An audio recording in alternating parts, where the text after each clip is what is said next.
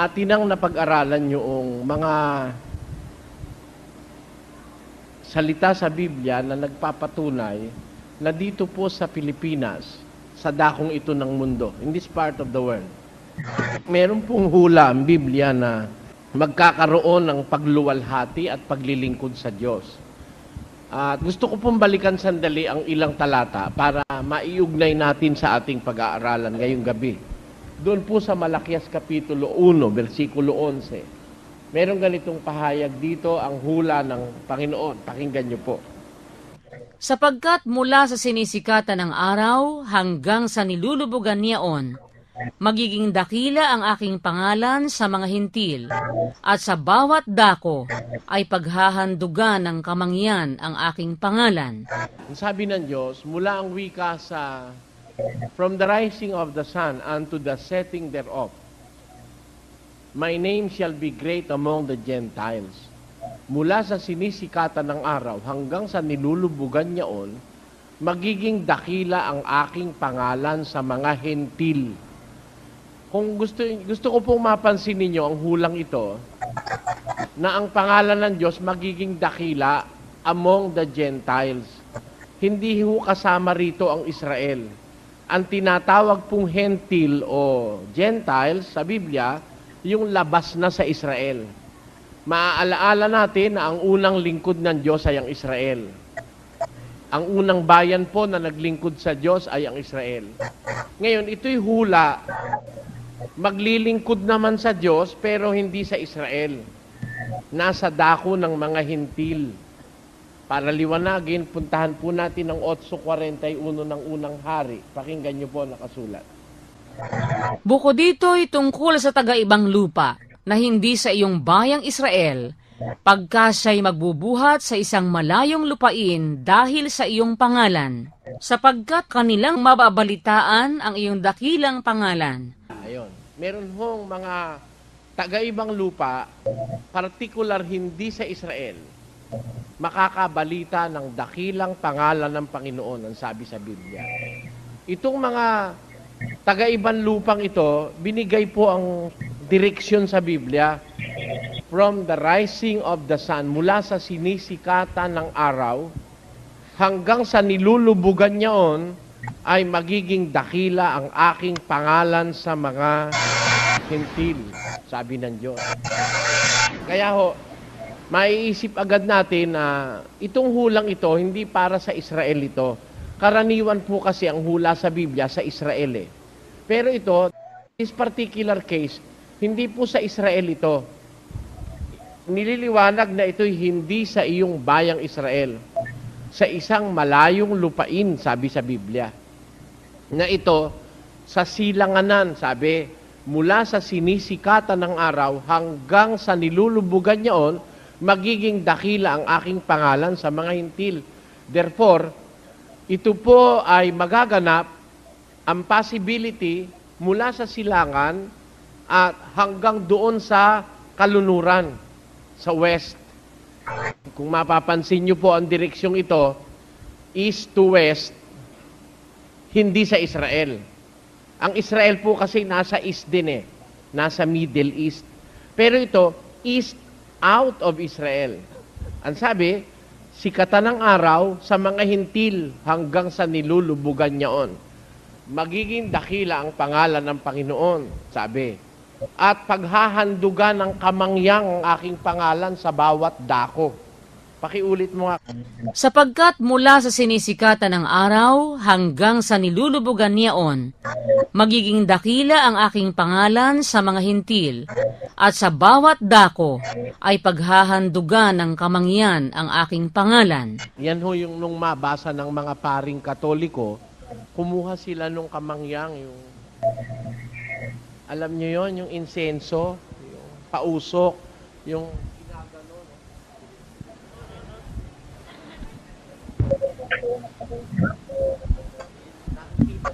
pinapanood ko yun eh. Kasi nakasulat nga naman, para maging dakila ang pangalan ng Panginoon, para maipakita mong dinadakila mo, paghahandugan mo ng kamangyang ang kanyang pangalan. Pero ang pagkakamali ng pare nang makabasa ng kamangyang, kumuha nga ng kamangyang, yung insenso sa Kastila. Ganun ho kasi ugali ng pare eh. Pag nakakita ng tinapay, kunin nyo itong tinapay na ito, tanggapin nyo ito aking katawan. Kumuha rin sila ng tinapay galing sa bakery. Hindi na nila naisip yung tinapay na sinasabi, hindi naman sa bakery manggagaling. Pakinggan nyo, ha? Ito ang tinapay na bumababang galing sa langit, upang ang taong makakain ay huwag mamatay. Ang kumakain ng aking laman, Ang kumakain ng aking laman at umiinom ng aking dugo ay may buhay na walang hanggan. kita nyo, si Kristo, ang tinapay na galing sa langit. Hindi sa bakery, nung makabasa ng tinapay yung mga pare, kumuha ng tinapay galing sa bakery, ipinagsusubo. Para nung mabasa yung kamangyang, kumuha ng kamangyang. Alamin nga natin sa Biblia, may hula ang Diyos sa Biblia na yung kanyang pangalan magiging dakila sa mga Gentiles. Tayo, mga Gentiles tayo eh. Hindi kasi tayo taga-Israel. We are called in the Bible as the Gentiles. The Gentile nation are those nations outside Israel. Ngayon, ang sabi sa hula, paghahandugan ika ng kamangyang ang aking pangalan, sabi ng Diyos, sa bawat dako. Ano kaya yung kamangyang na yon na ihahandog sa pangalan ng Diyos sa dako ng mga hintil? Pakinggan nyo kung ano paliwanag sa Apokalipsis 5. At pagkakuha niya ng aklat, ang 4 na nilalang na buhay at ang 24 na matatanda ay nangagpatira pa sa harapan ng kordero, na ang bawat isa'y may alpa at mga mangkok na ginto na puno ng kamangyan. Ayun, yung mangkok na ginto, puno ng kamangyang. Ang ginawa ng pare, kumuha nga ng parang mangkok, na ginto nga, nilagyan nga ng insenso. Pero hindi nila naintindihan yung ginagawa nila. Huwag naman mo kayo magagalit dahil kaya ko lang naman nasasabi, nagagalit sa akin yung isang tatay nung kasi doon sa Bulacan eh. Hindi ko naman inaatake Katoliko. Pinapaliwanag ko lang yung naintindihan ko sa Biblia. Bay, nagalit sa akin. Yung mga anak niyang umanib dito sa amin, pinalayas na lahat yung 3. Galit na galit. Yung pagsasabi mo ng totoo, kinagagalitan ka ng mga tao. Kagaya nun. Nung mabasa ng pare, yung mangkok na ginto, puno ng kamangyang, kumuha nga ng mangkok na ginto, nilagyan ng insenso, saka pinausukan sa altar. Kasi yun daw ang hula sa Biblia. Sa Biblia, tama, may hula. Ang pangalan ng Diyos, paghahandugan ng kamangyang. Kung ipaliwanag sa Biblia, eto, ulitin natin ang 5:8. Na ang bawat isa'y may alpa at mga mangkok na ginto na puno ng kamangyan, na siyang mga panalangin ng mga banal. Ayun. Ang kahulugan pala ng kamangyang na nandun sa mangkok na ginto, siya ang wikang panalangin ng mga banal. Kaya yung hula na paghahandugan ang pangalan ng Diyos ng kamangyang, hindi ho literal na kamangyang yun ay mga panalangin ng mga taong banal. Yun ang ihahandog sa pangalan ng Panginoon. Yun ang nasa Biblia. Kaya napupuna ko nga yung pare, kung kumuha sa Biblia, literal. Nakakita sila sa Biblia ng kandila. Naglagay nga ng kandila. Literal kandila. Hindi dyan sa kabila. Ilang hakbang lang, mag-underpass kayo. Nagkatakot-takot ang kandila, walang tigil ang kandila rin. Nakabasa kasi ng kandila sa Biblia. Ano ba yung kandila sa Biblia? May kahulugan yun, di naman yung kandilang gano'n na kuminsan nakakapirwisyo. Pag naiwan mo sa altar at nalikot ng pusa, pagdating mo, uabo na ang bahay mo. Uminamalas-malas ka, pati yung baboy mo, malilitsyo ng di oras eh. Di ba? Ganun eh. Kasi nakakita ng kandila, nilagyan nga ng kandila eh. Mali yun. Ngayon, yung kamangyang na ihahandog sa Diyos sa mga hintil mula sa sinisikatan ng araw hanggang sa nilulubugan niyaon, ang kahulugan pala no'y panalangin sa Diyos ng mga banal, yung kamangyang. Kaya po, dito may hula na sa mga hintil, sa dakong silangan ng mga hintil, sakop na po ang Pilipinas doon, meron talagang mga taong maglilingkod sa Diyos. Ngayon, establisado na sa ating napag-aralan sa Biblia, that there are really people in the Philippines that will serve God. Because the Philippines is one of the directions being mentioned by the prophecy in the Bible, and it can be proven beyond reasonable doubt that the Philippines is a part of God's plan for salvation. Pero, kung dito sa Pilipinas magkakaroon nga ng mga taong maglilingkod sa Diyos, napag-aralan na natin ng nakaraang 2 linggo. Sino kaya ngayon sa mga existing denominations dito sa Pilipinas? Yung mga sa Diyos. Sabi ng mga Jehovah's Witnesses, sila raw yon. Sabi ng mga Sabadista, sila raw yon. O kami, ano sasabihin ko? Natural, sasabihin ko rin. Kung nasa katinuan ako ng isip, ano sasabihin ko? Siyempre, sasabihin ko, kami yun. Tama o hindi? Dahil kung hindi kami yun, ano ginagawa ko rito? Ba't ako nagdadaldal dito? Kung di ba ganon? Isipin nyo, mga kababayan. Kaya, natural lang sabihin ng bawat isa, siya ang sadyo, siya ang tama, at doon hindi tayo nagagalit. Bakit sila ganon? Kasi naniniwala sila, totoo yun eh. At hindi ko sila sinisisi ron. It is their right to believe. And they are in their right senses to believe that they are in the truth. Amen? So am I. Di ba? Ako'y nasa tamang pag-iisip ko rin kung sabihin kong kami ang katotohanan. Amen? Oh, di ba? Pero, it is not a question of what you believe and what you say. It is a question of truth. Sino ang pinatutunayan sa Biblia na samahang sa Diyos? Gusto nyong makilala, mga kababayan? Yung samahang sa Diyos, ayon dito, wag natin papangalanan. Lagyan lang natin ng mga palatandaan kayo na umalam. Payag ho kayo? Eto, halimbawa, sinong santo ang may aso? O, kita nyo, di alam nyo kung sino yung santong may aso. Si San Roque kasi, kung kilala nyo, di ba may sugat yun dito? Nakalilis, ganon. Tapos yung aso naman, ando sa harap niya, dinidilaan. Sabi naman ni San Roque, nakaganon siya. Ang ibig sabihin, San Roque, luhod kayo ng luhod sa akin. Yung sugat ko, hindi ko mapagaling. Doon kayo lumuhod. Yun ang sabi ni San Roque. Sinong santo ang may apak-apak na ahas? Ano? La Purisima Concepcion. Tama, hindi. Sinong santo ang nakasakay sa kabayo? Na pagka mananalangin ka, hindi mo naman pwedeng pakiusapang, hoy, paalisin mo naman muna yung kabayo mo, ako'y luluhod, pati kabayo naluluhuran ko. Sino yon? Si Santiago, apostol. Diba? Kaya sasabihin ko ho yung palatandaan, kayo na lang manghula ng santo. Ayun po, ang ating gagawin ngayong gabi. Babasahin ko ang mga palatandaan sa Biblia na nagpapakilala ng isang samahan. Kung ito nga'y sa Diyos, kayo na lang ang bahalang mag-isip. Hindi ko sasabihin kung alin yon. Kayo na ang bahala. Kung kanino lalapat, payag ho kayo? Oh, ako naman hindi naman ako matigas ang kalooban. Ako'y bukas puso sa Diyos. Na pag sinabi ng Diyos, kahit ayaw ko, gusto ko na rin. Ganon. Di ba? Totoo, kung sabihin ng Diyos, huwag akong kumain ng kanin, hindi ako kakain ng kanin Kahit na ako'y Pilipino kasi, kahit naman di ka kumain kanin, mabubuhay ka pa rin Ako'y napatunayan ko nung ako'y magkaroon ng sakit sa puso nung araw 1979 ako'y ooperahan sa puso, wala lang kong pera Hindi ako nagpa-opera. Sabi ng doktor ko, magbawas kang timbang, huwag kang kakain ng kanin. Ang kinain ko, puro gulay, prutas, isda, prutas, walang mantika, puro bawang. Bawang, kain ng bawang, kain ng aspirin, kain ng bawang.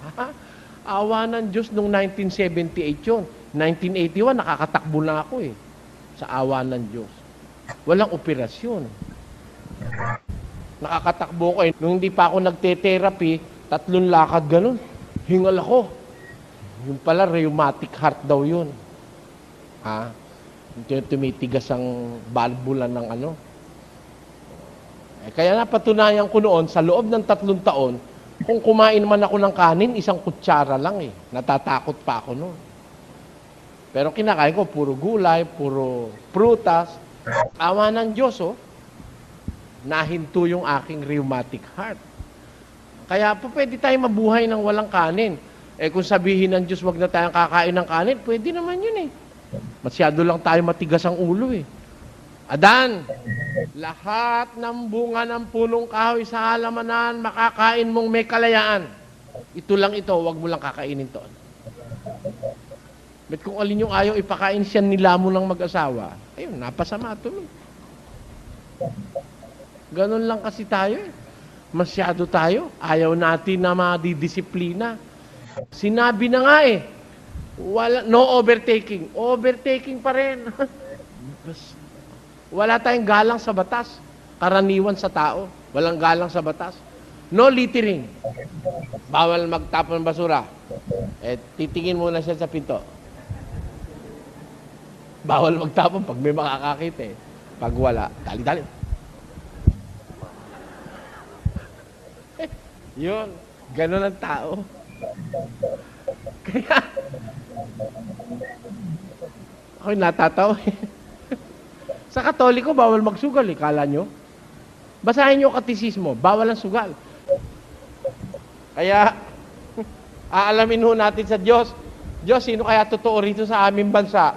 Lahat ito yung mga totoo Pero kailangan patunayan At ang magpapatunay, hindi yung bunganga ko. Ang dapat magpatunay, ang bunganga ng Diyos. Amen? Sa Biblia. Kailangan ng Diyos ang magsabi. Bakit? 18 ng 2 Korinto. Pakinggan nyo nakasulat. Sapagkat hindi subok ang nagtatagubilin sa kanyang sarili, kundi ang ipinagtatagubilin ng Panginoon. Hindi subok yung nagtatagubilin sa sarili, kundi yaong ipinagtatagubilin ng Panginoon. Hindi ko sinabi mo na ikaw ang totoo ka na nga, no? Iba yung sabihin mo na sa Diyos ka. Pakinggan nyo. Ibang yung sabihin mong sa Diyos ka, kaysa sabihin ng Diyos na Kanya ka nga. Amen? Kahit 1,000 beses mong sabihin na sa Diyos ka sabi naman ng Diyos. Di ba Diyos, kami sa'yo, no? Di ba? Meron mga sabi sila raw sa Diyos Pero manluloko. Pakinggan nyo. Sapagkat sa gitna ng aking bayan ay nakakasumpong ng mga masamang tao. Sila'y nagbabantay, gaya ng pagbabantay ng mga mamimitag. Sila'y nangaglalagay ng silo, sila'y nanghuhuli ng mga tao. Kung paanong ang kulungan ay puno ng mga ibon, gayon ang kanilang mga bahay ay puno ng karayaan, kaya't sila'y naging dakila at nagsisiyaman. Mga pastor, nagpapayaman, masasamang tao yan, nagpapayaman, nang huhuli ng mga tao para magpayaman. Sila ba, nagsasabi ba silang hindi sila sa Diyos? Mikas 3:11. Ang mga pangulo niya'y nagsisihatol dahil sa suhol, at ang mga saserdote niya'y nangagtuturo dahil sa upa, at ang mga propeta niya'y nanganghuhula dahil sa salapi. Gayon may sila'y sasandal sa Panginoon at magsasabi, hindi baga ang Panginoon ay nasa gitna natin? Kita nyo, manluloko pero sumasandal pa sa Diyos. Dinadahilan pa ang Diyos. Sila ay nagtuturo dahil sa upa. Gayon may sasandal sila sa Panginoon at magsasabi, hindi ba ang Diyos nasa gitna natin, Kaya nga kung kausapin niya, di ba mga kapatid, tayo totoo, no? Sabi naman ng membro, Amen! Hindi ko sinabi ng pastor, totoo na nga. Umpisahan na natin yung sinabi ng Diyos. Sino ang sa Diyos? Sa gitna ng lahat ng mga organisasyong nasa Pilipinas, meron ba sa Diyos? Let us now read the possibilities. Sa Biblia.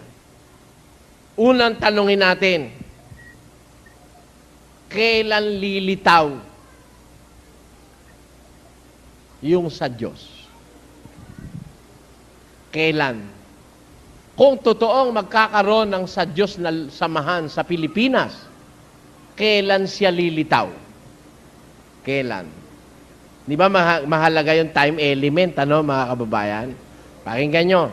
Sa isang talata, ng Zacarias 8, versikulo 7. Ganito ang sabi ng Panginoon ng mga hukbo. Hindi ho ako may sabi niya, no? Ang may sabi niya, the God of hosts, the God of Israel. Ano ang sabi niya? Narito, aking ililigtas ang aking bayan sa lupaing silanganan at sa lupaing kalunuran. Ayan. Sabi ng Diyos, ililigtas ko ang aking bayan sa lupaing silanganan. O di magkakaroon talaga ng bayan ng Diyos sa lupaing silanganan. Tatanungin ko kayo uli, mga kapatid, wag naman hong maging masama sa inyo. Nasaan ho ba ang Pilipinas? Di ba nasa silanganan? Sabi ng Diyos, magliligtas yan ng kanyang bayan sa silanganan. Tanong, kailan magkakaroon ng bayan ng Diyos sa silanganan? Kailan magkakaroon ng bayan ng Diyos? Ito ba nung araw pa nandun na, kagaya nung inaagaw-agawan nung iba? Kami ang una. Kami na noong pampanahon ng mga apostol, lumitaw na kami. Sabi naman ng isa, kami lumitaw sa bagsik ng hula. Kaya, si kapatid ay lumitaw noong 1914 kasabay ng digmaang pandaigdig sa bagsik ng hula. Yung paglitaw question na yun sabi ng Diyos, magliligtas siya silanganan, bayan ang ililigtas niya, kanyang bayan. Tatanungin natin ng Diyos, siya may sabi, magkakabayan pala siya sa silanganan. Tanong, ito bang bayang ito, Diyos? Dati mo na bang bayan ito? Pakinggan nyo. Sa isang talata ng gawa ng mga apostol, ganito sinasabi sa banal na kasulatan. Sinaysay nga ni Simeon kung paanong dinalaw na una ng Diyos ang mga hintil upang kumuha sa kanila ng isang bayan sa kanyang pangalan. May hula po pala, sabi ni Simeon, kukuha ang Diyos ng isang bayan sa mga hintil. Therefore, hindi sa Israel ito. Tiyak na tiyak tayo, this is a part or this is not Israel. This is apart from the first congregation. Ito'y iba dun sa una dahil ito'y bayan na gagawin ng Diyos, kukunin niya sa mga hintil. At ito'y pinakita na ni Simeon sa kanyang pangangaral nung una na kukuha ang Diyos ng isang bayan sa mga hintil. Ito ba bayan dati ng Diyos ito o hindi? Pakinggan niyo sa 2 ganito ating mababasa kay Pedro. Na nang nakaraang panahon ay hindi bayan, datapat ngayoy bayan ng Diyos, na hindi nagsipagkamit ng awa, datapat ngayoy nagsipagkamit ng awa. Nakita nyo, merong bayan na hindi pa existing nung panahon ng mga alagad, pero magiging bayan ng Diyos at ito nga'y magaganap sa mga hintil. Sabi, kukuha ang Diyos ng isang bayan sa kanyang pangalan sa mga hintil. Tayo po'y kasama sa mga hintil. Kaya ang posibilidad na magkaroon ng bayan ng Diyos sa bansang ito ay hindi very remote. Hindi. Kasi tayo nasa mga kahintilan. Ngayon, ang sabi, sa silangan magkakaroon ng bayan ng Diyos. At itong bayang ito, hindi pa umiiral nung panahon na yon. Kailan ito mag-uumpisang umiral? Pakinggan nyo, sa Jeremias 30:24. Ang mabangis na galit ng Panginoon ay hindi darating hanggang sa maisagawa, at hanggang sa kanyang maisagawa ang haka ng kanyang puso. Sa mga huling araw ay iyong mauunawa. Meron ng tinutukoy, mga huling araw, mauunawa. Ano mangyayari pag naunawa na? Basa. At kayo'y magiging aking bayan, at ako'y magiging inyong Diyos. Ayan. Magkakaroon ng bayan ng Diyos sa mga huling araw. Pagka naunawa yung kasulatan, magiging aking bayan kayo, ako'y magiging inyong Diyos, sabi ng Panginoon. Kailan mauunawa? Sa mga huling araw. Ngayon, tanong, sa Biblia, ano yung tinutukoy na sa mga huling araw ay may mauunawa at magkakabayan ng Diyos? Sa Biblia, anong kahulugan nun? Mauunawa, magkakaroon ng bayan ng Diyos sa mga huling araw. Anong panahon yon? Pakinggan nyo kay Daniel, Kapitulo 12, ganito ating mababasa. Ngunit ikaw, O Daniel, isara mo ang mga salita at tatakan mo ang aklat hanggang sa panahon ng kawakasan. Marami ang tatakbo ng paruot parito at ang kaalaman ay lalago. Bebe. At sinabi niya, yumaon ka ng iyong lakad, Daniel, sapagkat ang mga salita ay nasarhan at natatakan hanggang sa panahon ng kawakasan. Marami ang lilinisin at papuputiin at dadalisayin.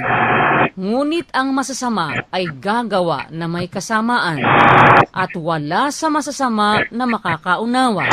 Ngunit silang pantas ay mga kakaunawa. Meron hong makakaunawa pagdating ng mga huling araw, yung panahon ng kawakasan. Mauunawa yung salita ng Diyos, tapos magkakaroon ng bayan ng Diyos. Kailan ho mangyayari? Sa mga huling araw, sa panahon ng kawakasan. Ano ho yung panahon ng kawakasan? Sabi kay Daniel, sa panahon ng kawakasan, maraming tatakbo ng paruot parito. Ang kaalaman ay lalago. Many shall run to and fro, and knowledge shall increase. Pag-aralan nyo, kailan lilitaw yung pagkaunawa para magkaroon ng bayan ng Diyos? Pagkaho ang karunungan o ang kaalaman ay malago. Ano yung panahon na yon? Panahong maraming tumatakbo ng paruot parito. Doon mauunawa, doon magkakaroon ng bayan ng Diyos.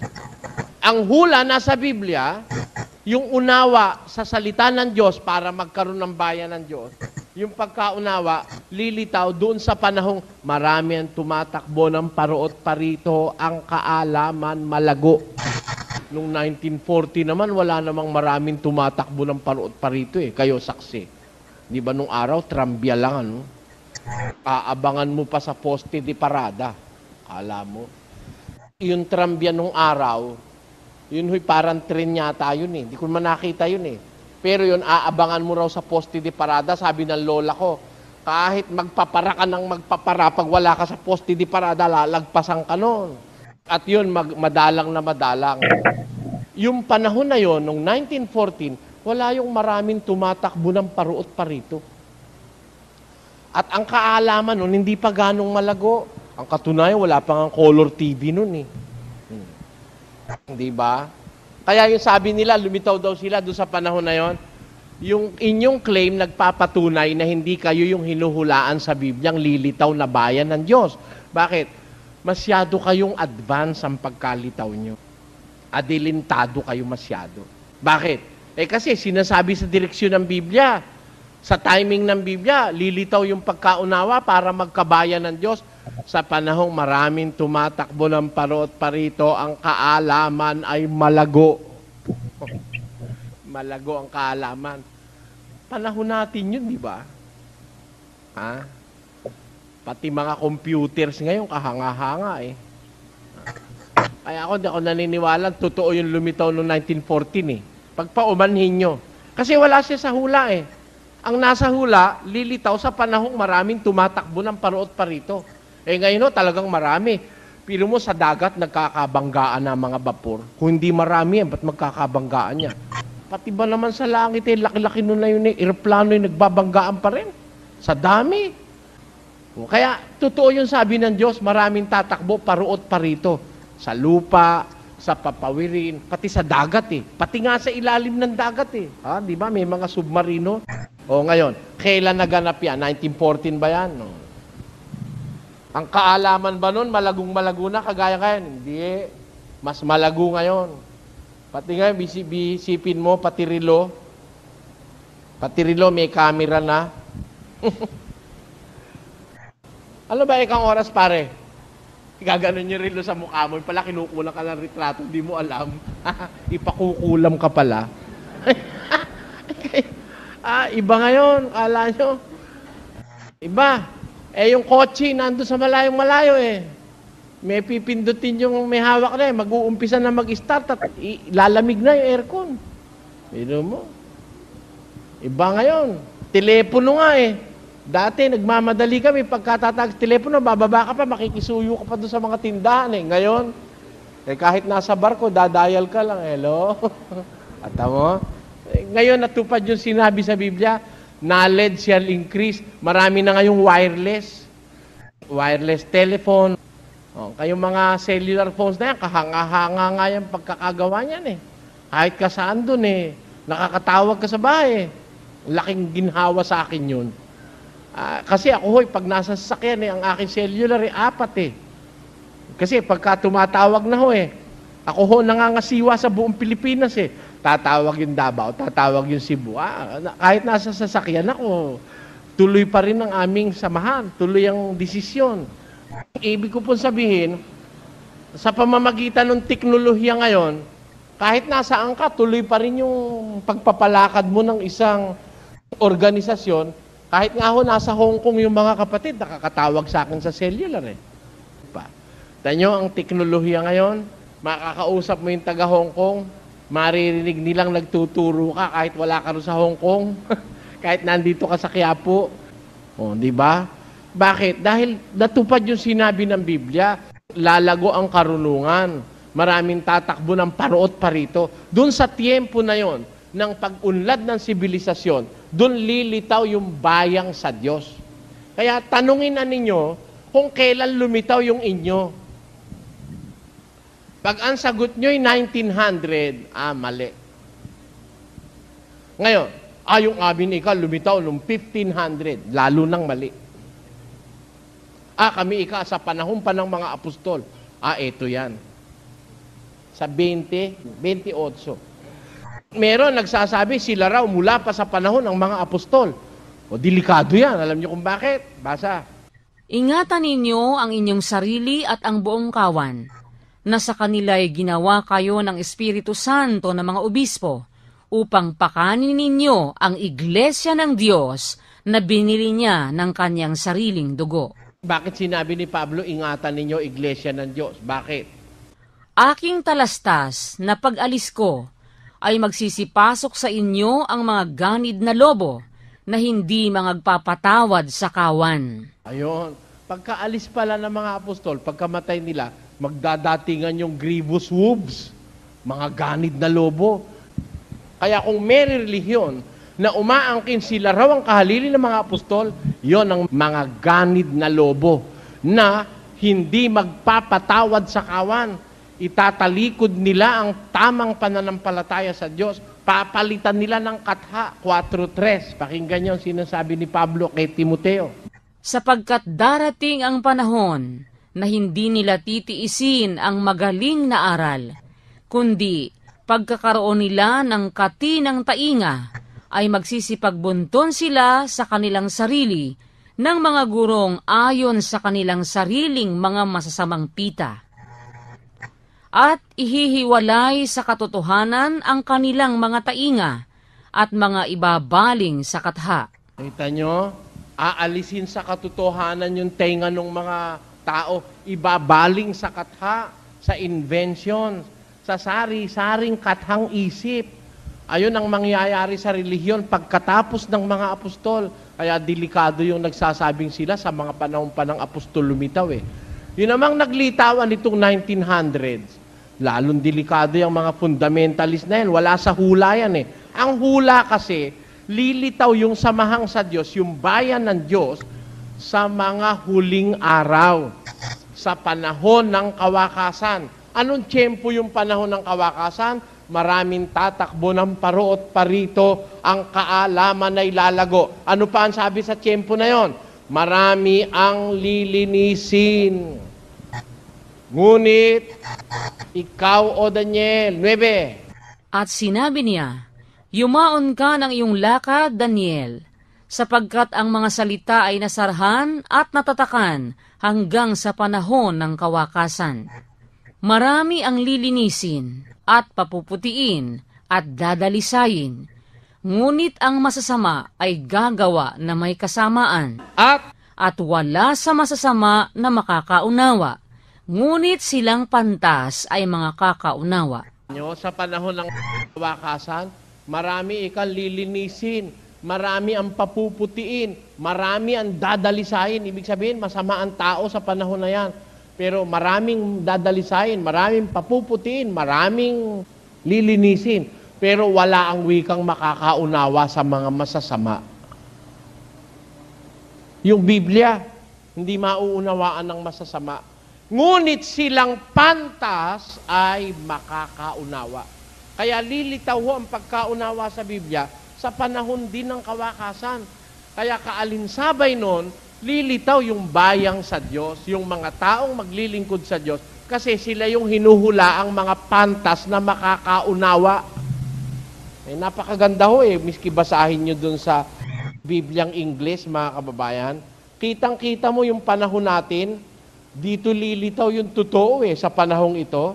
Pakinggan nyo, babasahin ko sandali para dun sa hindi masyado nakakasakay sa pananagalog ng Tagalog.